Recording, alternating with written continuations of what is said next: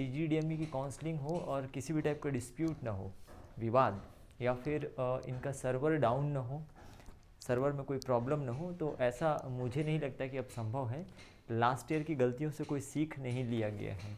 Last year भी ये ऐसी बहुत सारी दिक्कतें हो रही थी, हालांकि कुछ चीज़ें इंप्रूव कर दिया गया है दिस ईयर, लाइक कि आपसे कोई भी डॉक्यूमेंट अभी काउंसलिंग के समय फर्स्ट टाइम जब आप रजिस्ट्रेशन करा रहे हैं तो आपको किसी भी प्रकार का कोई डॉक्यूमेंट अपलोड नहीं करना है और ना ही किसी भी टाइप का कोई सिक्योरिटी मनी या रजिस्ट्रेशन फीस देना है। बस इस बात का ध्यान रखना है कि अगर आप छत्तीसगढ़ के काउंसलिंग में पार्टिसिपेट करना चाहते हैं, first round, second round, mop up round या स्टे वैकेंसी में, तो इसके लिए रजिस्ट्रेशन अभी आपको कराना होगा।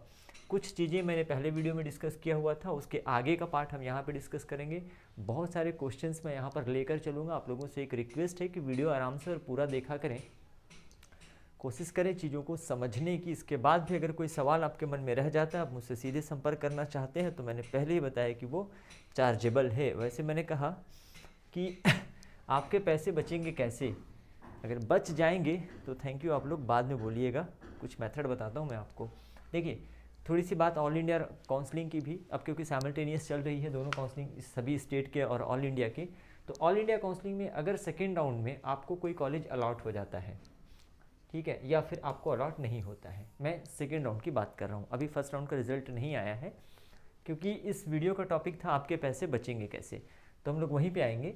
तो आपको कोई कॉलेज अलॉट नहीं होता है तब तो कोई टेंशन लेने वाली बात ही नहीं है, यहाँ पे कोई अलॉटमेंट नहीं होता है। लेकिन अगर आपको सेकेंड राउंड में कोई कॉलेज अलॉट हो जाता है, ऐसा नियम, तो यदि आपने ज्वाइन कर लिया ऑल इंडिया काउंसलिंग के सेकेंड राउंड से, आपको कॉलेज अलॉट हुआ, यदि आपने ज्वाइन कर लिया, तो फिर आप ऑल इंडिया के काउंसलिंग के आने वाले राउंड, मतलब थर्ड राउंड और मॉपअप राउंड में पार्टिसिपेट मतलब मॉपअप राउंड और स्टे वैकेंसी राउंड में पार्टिसिपेट नहीं कर पाएंगे यदि आपने ज्वाइन कर लिया।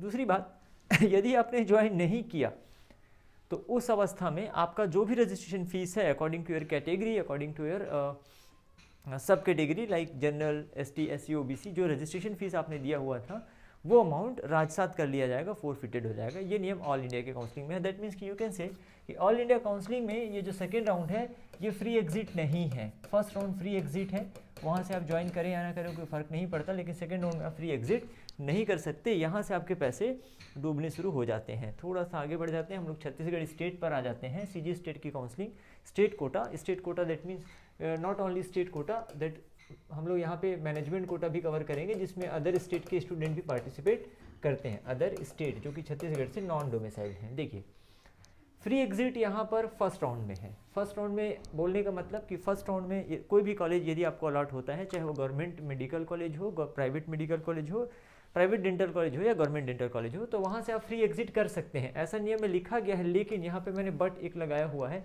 क्या ये वास्तव में फ्री एग्जिट है? तो देखिए, गवर्नमेंट MBBS में आपको एडमिशन लेना कंपलसरी है।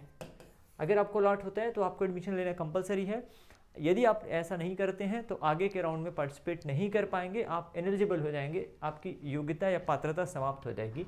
और प्राइवेट MBBS या BDS में गवर्नमेंट हो या प्राइवेट हो, ठीक है, फर्स्ट राउंड में यदि आपने एडमिशन ले लिया कहीं भी, ठीक है, यहाँ तो कंपलसरी है, यहाँ नहीं लोगे, अलॉट हो गया आपको, छत्तीसगढ़ के स्टूडेंट हो, तो फिर आप आगे पार्टिसिपेट नहीं कर पाओगे। और यदि आपने एडमिशन ले लिया और उसके बाद छोड़ते हैं तो एक्चुअल में ये फ्री एग्जिट नहीं है। छोड़ते समय आपको 10% आपकी जो भी फीस है उसका 10% ट्यूशन फीस का डिडक्ट कर लिया जाएगा। तो राउंड फिगर में अगर हम लोग बात करें तो गवर्नमेंट कॉलेज की फ़ीस होती है ट्यूशन फीस लगभग 40,000, तो इसका 10% मतलब 4,000 रुपये आपका डिडक्ट कर लिया जाएगा। तो ये तो रजिस्ट्रेशन मनी से भी है ना, आपका अराउंड उसी के आसपास हो गया। तो ये फ्री एग्जिट नहीं है। और अगर प्राइवेट कॉलेज में आपने एडमिशन लिया और उसके बाद आप छोड़ते हैं, मैं बात फर्स्ट राउंड की ही कर रहा हूँ, आप छोड़ते हैं तो आपकी फ़ीस का 10% डिडक्ट कर लिया जाएगा ट्यूशन फीस का। अगर फीस 6 से 7 लाख के बीच है, मैं सिर्फ ट्यूशन फीस की बात करूँ, टोटल अमाउंट का नहीं करता, तो इसका 10% होता है तकरीबन 70,000 रुपये, एक बड़ा अमाउंट होता है। तो वीडियो को पूरा देखिए कैसे बचेंगे आपके पैसे, और अगर बच जाएंगे तो मेरा पेटीएम, फ़ोनपे और गूगल पे नंबर आपके पास है ही, बाकी आपको क्या करना है आप खुद समझदार हैं। चलिए आगे बढ़ते हैं। तो अभी तक बात हुई थी छत्तीसगढ़ में फर्स्ट राउंड की, है ना, मजाक को मजाक की तरह ही लिया करें, ठीक है, don't take it serious. Chhattisgarh में फर्स्ट राउंड की, अरे ये कहाँ से आ गया, चलो, तो फर्स्ट राउंड की बात हुई थी, आपने रजिस्ट्रेशन करा लिया है, आपका पेमेंट हो गया है, आपकी चॉइस फिलिंग हो गई है और चॉइस लॉकिंग हो गई है, ये सब डन हो गया, सक्सेसफुल हो गया है। तो इसके बाद आपका मेरिट लिस्ट आएगा, सीट मैट्रिक्स आएगा और अलॉटमेंट लिस्ट आएगा। यहाँ पे इंपॉर्टेंट होता है अलॉटमेंट लिस्ट। एक क्वेश्चन और भी है लोगों का, यहाँ से क्वेश्चन ये है कि क्या बिना चॉइस फिलिंग किए, फर्स्ट राउंड रजिस्ट्रेशन अभी चल ही रहा है, 28 तारीख तक चलेगा, तो क्या बिना चॉइस फिलिंग किए आप सेकेंड राउंड या मॉपअप राउंड में पार्टिसिपेट कर सकते हैं? कई बच्चे ऐसा चाहते हैं, जो अदर स्टेट के बच्चे हैं वो ऐसा पूछ रहे हैं कि सर यदि फर्स्ट राउंड में हम चॉइस फिलिंग ना करें तो क्या हम सेकेंड राउंड या मॉपअप राउंड में पार्टिसिपेट कर पाएंगे? तो इसके बारे में CGDME या जो चिप्स है ऐसा कोई नोटिफिकेशन नहीं है या ऐसा कोई रूल में लिखा नहीं है, और जब तक आप चॉइस फिलिंग नहीं करते हैं तो आगे प्रोसेस होगा ही नहीं, वो आपका एप्लीकेशन को इनकम्प्लीट माना जाएगा। तो अपने रिस्क पे आप खेलिए ये गेम।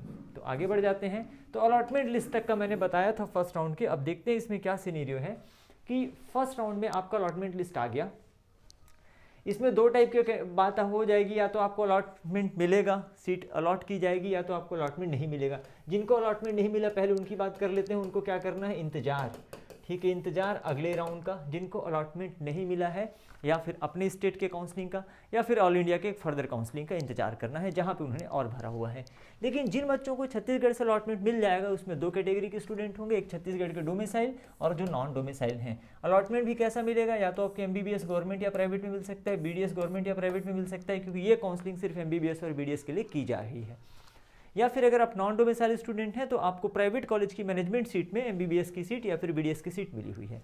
ध्यान देने वाली बात यह है कि जिनको भी अलॉटमेंट मिला है, व्हाट इज इंपॉर्टेंट, जितने भी अलॉटेड हैं उन सबको स्क्रूटनी करानी ही है, सबको कराना है। आप किसी भी स्टेट से बिलोंग करते हो, स्क्रूटनी आपको कराना है। स्क्रूटनी एक प्रकार का डॉक्यूमेंट वेरिफिकेशन होता है, जिसमें मैंने लिस्ट आपको दिया है कि स्क्रूटनी के समय कौन कौन से डॉक्यूमेंट्स लगते हैं। उनकी ओरिजिनल कॉपी और उसकी जेरॉक्स कॉपी आपके पास होनी चाहिए। स्क्रूटनी वाला हमारे वीडियो देखिए आप। स्क्रूटनी कराना कंपलसरी है। स्क्रूटनी के समय आपका डॉक्यूमेंट डिपॉजिट नहीं किया जाता। लेकिन एक बात ध्यान देने वाली है, इससे पहले जो मैंने आपको बताया था कि कभी भी आप किसी कॉलेज में आप एडमिशन लेते हैं, चाहे वो MBBS कॉलेज हो, BDS कॉलेज हो, गवर्नमेंट हो या प्राइवेट हो, तो एडमिशन के समय आपका डॉक्यूमेंट जो ओरिजिनल कॉपी होती है वो उस कॉलेज में डिपॉजिट कर ली जाती है, जमा कर ली जाती है। मतलब आपके पास अब ओरिजिनल डॉक्यूमेंट्स नहीं रहेंगे। तो आपने स्क्रूटनी करानी ही करानी है, ठीक है। सभी थोड़ा पहले आ जाते हैं, ओके। सबको स्क्रूटनी करानी है। जिनका MBBS गवर्नमेंट में हुआ है उनको एडमिशन कराना भी कंपलसरी है, यहाँ तक बात बता दिया था मैंने आपको। देन जिनको प्राइवेट में MBBS मिला है, गवर्नमेंट में BDS या प्राइवेट में BDS मिला है, या जो नॉन डोमिसाइल कैंडिडेट हैं जिन्हें MBBS या BDS प्राइवेट में मिला है, उनके लिए एडमिशन कंपलसरी नहीं है। आप बिना एडमिशन लिए आगे जा सकते हैं, ठीक है। आगे जा सकते हैं मतलब सेकेंड राउंड में जा सकते हैं। क्या संभावना होगी कि यदि आपने एडमिशन नहीं लिया, कोई भी कॉलेज आपको अलॉट हुआ है, उस कॉलेज में फर्स्ट राउंड में जो कॉलेज अलॉट हुआ, अलॉट होने के बाद भी आपने एडमिशन नहीं लिया, ठीक है, एडमिशन नहीं लिया, इस अवस्था में भी अभी तक तो देखिए फर्स्ट राउंड में आपसे कोई सिक्योरिटी मनी मांगी ही नहीं गई है, तो जब्त होने का या रासात होने का कोई चांस नहीं बनता, पैसे तो आपके डूबेंगे नहीं।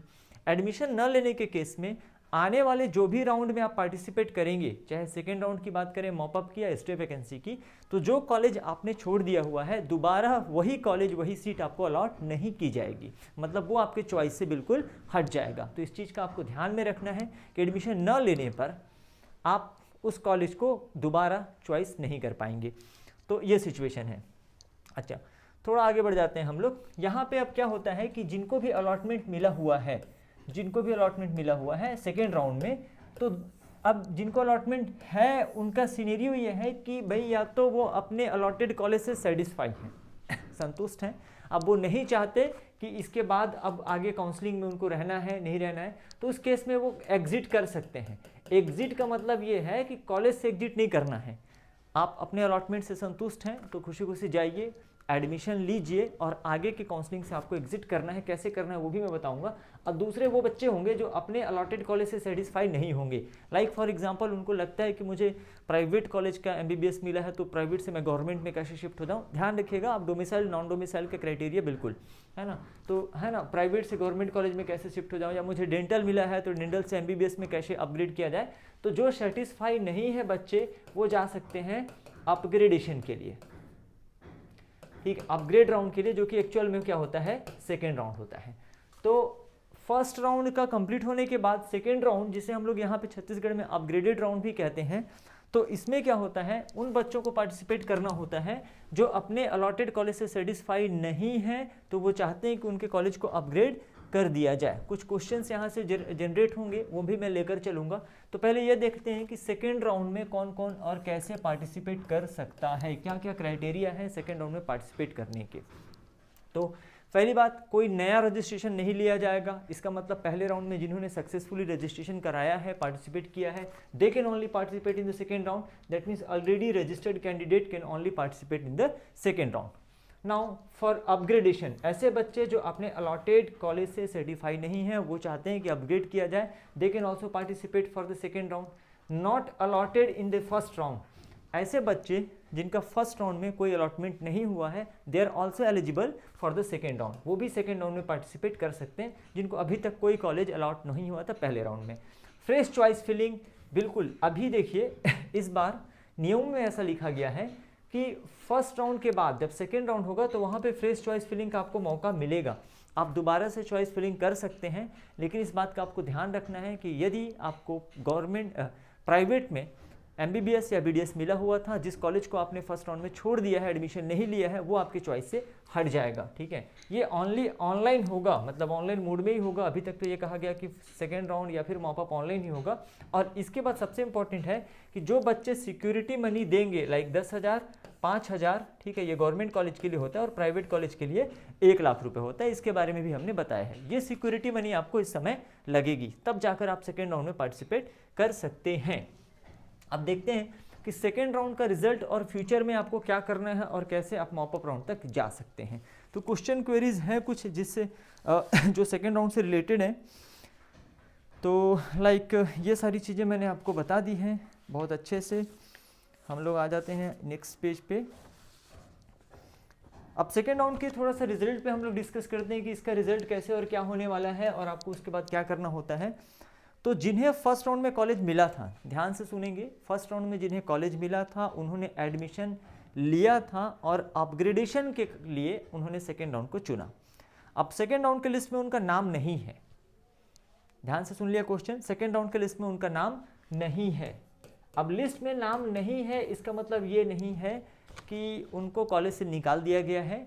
देखिए, उन्होंने अपने चॉइस के अकॉर्डिंग अपग्रेडेशन के लिए जो डाला था वहाँ पे सीट अवेलेबल नहीं थी, इसलिए उनका जो कॉलेज है अपग्रेड नहीं किया गया। इसको एक एग्जांपल से समझते हैं कि यदि आप छत्तीसगढ़ के स्टूडेंट हैं, आपने पहले चॉइस में पंडित JNM डाला है, आपने दूसरे चॉइस में जगदलपुर डाला है और तीसरे चॉइस में आपने राजनांदगांव डाला है, इतना काफ़ी है। फर्स्ट राउंड में आपको, सपोज मैं ऐसा कर लेता हूँ कि राजनांदगांव मिला, ठीक है, सेम चीज़ है प्राइवेट के लिए, मेथड यही अप्लाई होगा प्राइवेट कॉलेज के लिए भी। फर्स्ट राउंड में आपको राजनांदगांव मिला, अब आप इससे सेटिस्फाई नहीं हो, मतलब आप अपग्रेड के लिए जाना चाहते हो, आपने पार्टिसिपेट किया सेकेंड राउंड में और सेकेंड राउंड की लिस्ट में आपका नाम नहीं आया। इसका मतलब ये है कि आपके ऊपर के चॉइस में सीटें खाली नहीं थी, आपके रैंक या आपके मेरिट के नंबर पे आपके ऊपर के चॉइसेस में सीटें खाली नहीं थी, अर्थात आपको अपग्रेड नहीं किया गया है, तब आपको कुछ करने की जरूरत नहीं है। या ऐसा मत सोचिएगा कि सेकेंड राउंड में मेरा नाम नहीं आया तो क्या मुझे राजनांदगांव कॉलेज से निकाल दिया गया है, ऐसा कुछ भी नहीं है। आप अभी भी राजनांदगांव मेडिकल कॉलेज में ही हैं, आपका एडमिशन वहीं पर है। मेरे ख्याल से पॉइंट क्लियर है। अब आ जाते हैं ऐसे कैंडिडेट, सेम इसी क्राइटेरिया को, ऐसे कैंडिडेट जिन्होंने सेकेंड राउंड में अपग्रेडेशन के लिए डाला, अपग्रेडेशन के लिए डालने के बाद उनका नाम सेकेंड राउंड के लिस्ट में है। अब उनकी चॉइस फिलिंग, जैसे पहले नंबर पे पंडित JNM थी, मैं प्राइवेट वालों के लिए भी लूँगा, JNM थी, सेकेंड नंबर पे हमने ले लिया जगदलपुर को ले लिया और थर्ड नंबर पे हमने ले लिया सपोज राजनांदगांव। ऐसा उन्होंने चॉइस फिलिंग किया हुआ था, ठीक है, ऐसा चॉइस फिलिंग किया था। तो पहले राउंड में, फर्स्ट राउंड में उनको चॉइस फिलिंग में अपने थर्ड चॉइस का कॉलेज मिला, उनके रैंक या मेरिट के बेसिस पे तीसरे पोजीशन का कॉलेज मिला हुआ है। अब जब सेकेंड राउंड का रिजल्ट आया और रिजल्ट में या लिस्ट में उनका नाम है और अपग्रेड कर दिया गया है, क्या कर दिया गया है, अपग्रेड कर दिया गया है, कि मतलब उसके ऊपर वाले कॉलेज में, लाइक फॉर एग्जांपल जगदलपुर में सीट मैट्रिक्स में सीटें खाली हो गई और उनको राजनांदगांव से अपग्रेड करके कहाँ कर दिया गया, जगदलपुर कर दिया गया। तो उनको क्या करना है कि अब अपग्रेड कर दिया गया है, इसका मतलब आपकी सीट वैकेंट कर दी गई और ये आप इस नीचे वाले किसी को अलॉट कर दी गई है, तो अभी आपको क्या करना है कि राजनांदगांव मेडिकल कॉलेज से अपना एडमिशन बाहर लेना है, निकालना है। मतलब वैसे भी निकाल ही दिए गए हो आप, निकालना है। अब निकालने की अवस्था में भी आपका 10% जो ट्यूशन फीस है वो डिडक्ट कर लिया जाएगा, है ना। 10% ट्यूशन फीस आपका डिडक्ट कर लिया जाएगा, माइनस कर लिया जाएगा। और राजनांदगांव से एडमिशन निकाल के अब आपको अपने नए अपग्रेडेड कॉलेज में जाकर एडमिशन लेना है, जगदलपुर में एडमिशन लेना है। अब आपका एडमिशन यहाँ पे हो चुका है, तो बहुत सारे प्रोसेस को रिपीट कराना पड़ता है और कुछ चीज़ों को रिपीट नहीं कराना पड़ता है। यहाँ पर एक कमी है सरकार की, गवर्नमेंट की या CGDME की, उतना तामझाम दोबारा न करा के एक रिसिप्ट यहाँ से रिलीज़ कर दिया जाता कि भाई फलाने बच्चे के इतने सारे डॉक्यूमेंट यहाँ पे डिपॉजिट हैं और ये डॉक्यूमेंट का एक रिसिप्ट लेके सीधे आप जगदलपुर मेडिकल कॉलेज जाते और बिना फॉर्मेलिटी के आप यहाँ पे एडमिशन ले लेते और फॉर्मेलिटी बाद में पूरी करा देते। जब आपका एडमिशन हो गया, आपको एडमिशन मिल गया, तो rest of the formalities like जो भी है वो आप पूरी करा देते। तुरंत फीस ये लोग रिफंड भी नहीं करते हैं। इसका मतलब एक जगह आपको यहाँ पैसे फंस गए और दूसरी जगह यहाँ भी पैसे आपको फंसाने पड़ सकते हैं, साथ ही साथ 10% आपका डिडक्ट हो जाएगा। लेकिन कहीं आप ये सोच रहे हैं कि भाई मैंने डाल तो दिया था यार अपग्रेडेशन के लिए, राजनांदगांव पहले मुझे मिला हुआ था, मैंने अपग्रेडेशन के लिए डाला, अपग्रेडेड लिस्ट में मेरा नाम है और मुझे जगदलपुर मिल गया है, लेकिन अब मेरे दोस्त यार ऐसा कह रहे हैं कि यार जगदलपुर मेडिकल कॉलेज से तो अच्छा राजनांदगांव ही है, तो अब मैं कुछ नहीं करता हूँ। फंस जाओगे आप लोग। एक बार अपग्रेडेड लिस्ट में आपका नाम आ गया, that means you have to go to the new college, आपको जाना पड़ेगा। नए कॉलेज में ही आपको एडमिशन लेना है। यदि आपने ऐसा नहीं किया तो वो सीट अगले राउंड के लिए वैकेंट हो जाएगी और आप ना राजनांदगांव के रहोगे ना जगदलपुर के रहोगे और नियमानुसार आप आगे के काउंसलिंग में पार्टिसिपेट नहीं कर पाओगे। मैं बताऊंगा क्यों, ठीक है। तो ध्यान देना है, जो अपग्रेडेड कैंडिडेट हैं उनको अपग्रेडेड कॉलेज में जाकर एडमिशन लेना ही है। जो भी टाइम लिमिट या ड्यूरेशन या शेड्यूल आपको बताया जाएगा, हालांकि अभी तक काउंसलिंग के लिए प्रॉपर कंप्लीट शेड्यूल नहीं आया है, सिर्फ और सिर्फ रजिस्ट्रेशन का जो डेट है 28 तारीख तक ये बताया गया है। उसके आगे फर्स्ट राउंड, सेकंड राउंड या मॉप अप थर्ड राउंड कब होगा इसका कोई शेड्यूल रिलीज नहीं किया गया है। तो चलिए, मेरे ख्याल से ये पॉइंट क्लियर है कि आपके चॉइस के अकॉर्डिंग कॉलेज में सीट अवेलेबल नहीं थी, ठीक है, इसलिए आपका अपग्रेड पहले नहीं हुआ था, अब अपग्रेड हो गया है तो आपको जाकर एडमिशन लेना है, ठीक है। चलिए, तो यहाँ तक आपको क्लियर है। नाउ ऐसे स्टूडेंट, अब तीसरी कैटेगरी पे बात कर लेते हैं, ठीक है। सेम यही क्राइटेरिया प्राइवेट के लिए भी अप्लाई होगा अपग्रेड के लिए, कि लाइक पहले चॉइस में आपने शंकराचार्य डाला था, दूसरे में रिम्स डाला था और तीसरे में बालाजी डाला था। पहले राउंड में आपको बालाजी मिला, दूसरे राउंड में आपका नाम आ गया है शंकराचार्य के लिए, तो बालाजी से एडमिशन विड्रॉ करके अब आपको शंकराचार्य में लेना पड़ेगा एडमिशन। बिल्कुल वैसा ही प्राइवेट के लिए करेंगे, चाहे आप छत्तीसगढ़ के डोमिसाइल हैं या नहीं हैं, ठीक है। अब थोड़ा सा हम लोग यहाँ से आगे बढ़ते हैं, कुछ और कंडीशंस मैं डिस्कस करता हूँ। अब ऐसे स्टूडेंट जिन्हें फर्स्ट राउंड में कोई अलॉटमेंट नहीं मिला था, लेकिन जब अपग्रेडेड राउंड या सेकेंड राउंड हुआ तो इनका नाम आ गया है, इनको कोई ना कोई कॉलेज अलॉट कर दिया गया है। ऐसे अलॉटमेंट जिन्हें फर्स्ट राउंड में कुछ भी नहीं मिला था, लेकिन सेकेंड राउंड में इनको फ्रेश अलॉटमेंट हुआ है, इसको बोला जाता है बेटा फ्रेश अलॉटमेंट। फ्रेश अलॉटमेंट, अब चाहे फ्रेश अलॉटमेंट किसी भी चीज़ की हो सकता है कि आपको गवर्नमेंट में MBBS मिला है, जैसा जैसा आपने चॉइस फिलिंग डाला होगा आपके मेरिट के आधार पे ही मिलेगा, या फिर गवर्नमेंट में ही आपको BDS मिला है, या फिर आप नॉन डोमिसाइल हैं, नॉन डोमिसाइल हैं और आपको प्राइवेट में मैनेजमेंट की फ्रेश MBBS की सीट मिली है। आप सेकेंड राउंड में हैं, आप ध्यान दीजिएगा, यहीं पे पैसे फंसते हैं आपके, यहीं से पैसे डूबने आपके चालू हो जाते हैं। तो प्राइवेट में मैनेजमेंट की MBBS की सीट मिली है, या फिर प्राइवेट में मैनेजमेंट की BDS की सीट मिली है। सेकेंड राउंड की बात कर रहा हूँ मैं, ये सेकेंड राउंड का रिजल्ट है। फ्रेश अलॉटमेंट, जिन्हें अभी तक कोई अलॉटमेंट नहीं मिला था। और क्या मिल सकता है, तो गवर्नमेंट MBBS या फिर CG के ही स्टूडेंट जिन्हें गवर्नमेंट कोटा, जो प्राइवेट कॉलेज के गवर्नमेंट कोटा होते हैं, गवर्नमेंट कोटा, उसमें MBBS या फिर PDS मिला हुआ है। बिल्कुल फ्रेश अलॉटमेंट है, पहले नहीं मिला था, अभी पहली बार मिला। तो फर्स्ट ऑफ ऑल मैं बता दूं, जिनका फ्रेश अलॉटमेंट हुआ है उन सबको फिर से क्या, जिनका फ्रेश अलॉटमेंट हुआ है उसको स्क्रूटनी करानी है, जिनका फ्रेश अलॉटमेंट हुआ है उनको स्क्रूटनी करानी है। स्क्रूटनी के साथ साथ आपको एडमिशन भी कराना है। दिमाग में आपके सवाल आ रहा होगा, सर ये स्क्रूटनी कहाँ कराना होता है, तो आपके अलॉटमेंट लेटर में स्क्रूटनी की जगह दी गई होती है, जहाँ भी आपको, है ना, मोस्ट ऑफ द टाइम ये उसी कॉलेज में होता है जो कॉलेज आपको अलॉट किया गया है, या फिर पास के किसी मेडिकल कॉलेज में, चाहे है ना, हो सकता है कि आपको प्राइवेट में डेंटल कॉलेज अलॉट किया गया और वहाँ पे स्क्रूटनी की सुविधा नहीं है, तो वहाँ पास के किसी मेडिकल कॉलेज में, जैसे भिलाई का अगर डेंटल कॉलेज आपको अलॉट किया जाता है तो राजनांदगांव यहाँ का पास का मेडिकल कॉलेज है, तो वहाँ पे आपको स्क्रूटनी कराने जाना पड़ सकता है। तो इन सभी को पहले स्क्रूटनी कराना है। अब बात करते हैं कि भाई सेकेंड राउंड में आपको अलॉटमेंट मिला है, ठीक है। अब यहाँ पे आपके पास दो चांसेस हैं, ठीक है। हम कहाँ पे हैं, सेकेंड राउंड में, और फ्रेश अलॉटमेंट मिला है, फ्रेश अलॉटमेंट मिला है, ठीक है, या फिर आपको अपग्रेड किया गया है, अपग्रेड किया गया है। दो ही चांसेस हैं, या तो फ्रेश, और तीसरा कंडीशन अभी भी कोई अलॉटमेंट नहीं मिला, कोई अलॉटमेंट नहीं मिला, मतलब नॉट अलॉटेड कैंडिडेट। तो ये कंडीशन इसको भी कंसीडर कर लेते हैं। तो भाई साहब जिनको अभी भी कोई अलॉटमेंट नहीं मिला उनका स्वागत है अगले राउंड में, जिसका नाम है मॉप अप राउंड, ठीक है। इसके बारे में अगले वीडियो में हम लोग बात करने वाले हैं। तो फिलहाल इनके बारे में बात करते हैं। तो जिनको फ्रेश अलॉटमेंट मिला है या अपग्रेड किया गया है, तो मैंने कहा जिनको अपग्रेड किया गया है उनको तो जाके अपने अपग्रेडेड कॉलेज में एडमिशन लेना कंपलसरी है। यदि वो नहीं लेते हैं तो उस केस में उनकी सिक्योरिटी मनी तो जाएगी ही जाएगी। जो भी आपने 5,000 मैं क्या लिखता हूँ, 5,000, 10,000 या 1 लाख रुपए दिए हैं वो आपके डूब जाएंगे। और अगर आपने नहीं किया तो साथ ही साथ और जो पहले जो आपका कॉलेज था वो भी डूब जाएगा। मतलब आप कहीं के रहोगे, न घर के न घाट के, और आगे के काउंसलिंग में पार्टिसिपेट भी आप नहीं कर पाओगे।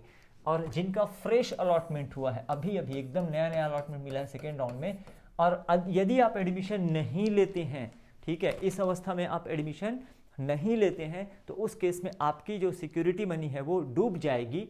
और ठीक है, आपको जो भी सिक्योरिटी मनी आपने दिया हुआ था वो आपको रिटर्न या रिफंड नहीं होंगे। इस चीज़ का आपको बिल्कुल ध्यान रखना है। तो उस केस में भी आपको या तो एडमिशन लेना है या तो फिर आप सेक्रीफाइस करिए अपनी सिक्योरिटी मनी से, राइट। मॉप अप राउंड के बारे में अगले वीडियो में बात करेंगे। कुछ और सवाल हैं यहाँ पे जो कई सारे स्टूडेंट्स ने हमसे, है ना, कमेंट बॉक्स में पूछा है। हम ऐसे कोशिश करते हैं कि आपके मैक्सिमम सवालों के जवाब हम यहाँ पे दे सकें।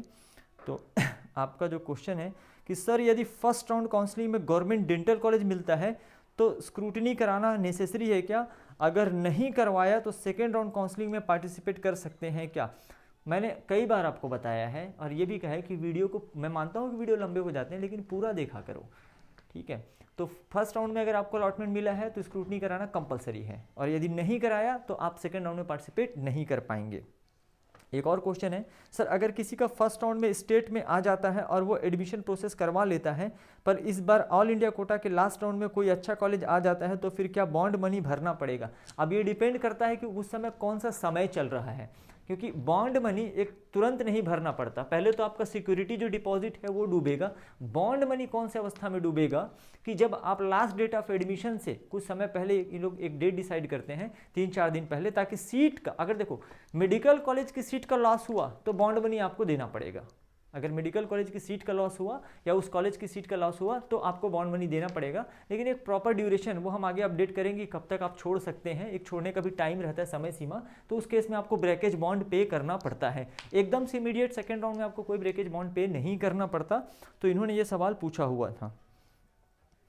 चलिए सर, अगर फर्स्ट राउंड में गवर्नमेंट MBBS कॉलेज मिल जाए तो एडमिशन लेना कंपलसरी है क्या? हाँ बिल्कुल कंपलसरी है। अगर काउंसलिंग के बाद वैकेंट कर दिए तो पैसे देने पड़ेंगे। काउंसलिंग के बाद मतलब मैंने यही कहा कि भाई कौन से स्टेज में आप सीट को वैकेंट कर रहे हो, ठीक है। इनिशियल स्टेज में सीट वैकेंट करते हो तो कम से कम आपका सिक्योरिटी मनी जा सकता है, या फिर जो ट्यूशन फीस का 10% है वो जा सकता है,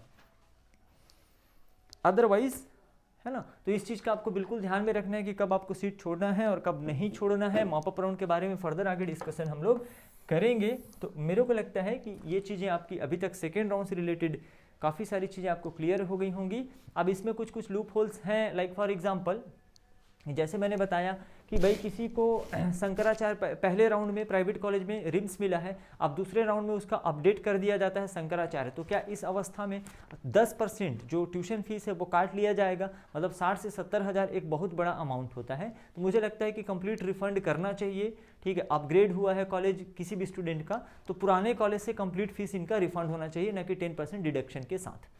अब बात करते हैं ऐसे कैंडिडेट की जिन्होंने फर्स्ट राउंड में पार्टिसिपेट तो किया है, फर्स्ट राउंड में पार्टिसिपेट किया है रजिस्ट्रेशन कराया, लेकिन अब फर्दर वो आगे राउंड में पार्टिसिपेट नहीं कर रहे हैं, लाइक सेकेंड राउंड में पार्टिसिपेट नहीं कर रहे हैं, उन्होंने सिक्योरिटी मनी नहीं दिया है, तो वो मॉपअप राउंड में पार्टिसिपेट नहीं कर पाएंगे। जिन्होंने ऑलरेडी सिक्योरिटी मनी जमा किया है सिर्फ वही मॉपअप राउंड में पार्टिसिपेट कर पाएंगे, या तो फिर कोई नया नोटिफिकेशन आएगा और उनके लिए अलग से सिक्योरिटी मनी डिपॉजिट करने का समय दिया जाएगा। बिना सिक्योरिटी मनी डिपॉजिट किए आप काउंसलिंग में आगे प्रोसीड नहीं कर सकते।